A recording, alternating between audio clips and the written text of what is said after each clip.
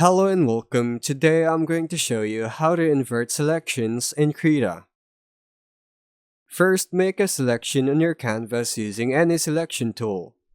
You'll see the marching ants outlining the selected area. Now to invert that selection, meaning everything that wasn't selected before becomes selected, and what was selected becomes unselected, go to the top menu and click Select, then Invert Selection, or simply right-click to find the same option. The fastest way to do this while you're working is to use the keyboard shortcut Ctrl plus Shift plus I. This instantly flips the selection to the opposite pixels on the layer. If you don't see any changes after inverting, check that you actually had a selection active before. Inverting only works when there's something selected first.